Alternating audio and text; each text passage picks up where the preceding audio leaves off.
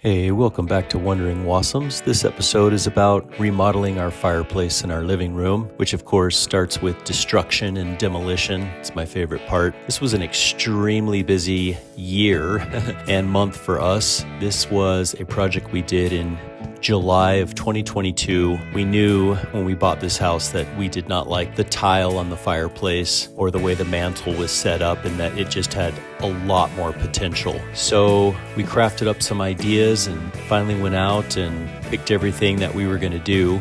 This is probably a good time to mention as well that I'm doing the demolition with the Harbor Freight Bauer drill hammer.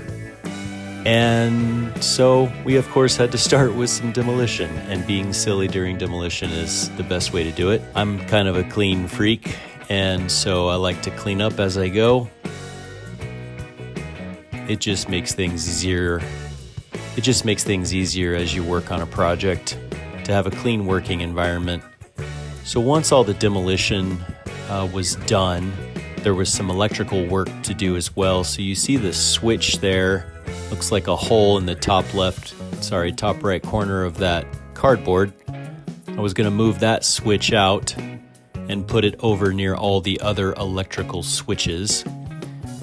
So did that safely, but that took quite a bit of time.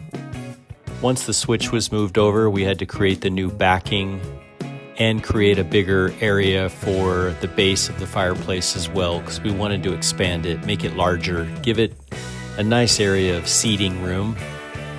And we've got all the backing ready to go now to start laying on the mortar to get the brick on. We did this thin brick, which we think is absolutely beautiful. And we had some color to mix in with the final grout as well that goes between all the bricks. So Angel and I spent a few days on that. Mostly we got all of this brick laid in 2 days. We tried to do it in 1 day, and the drying time on the mortar and the grout got ahead of us instead of us being ahead of it. And we ended up having to take some things apart, which was not super fun, but we got it done.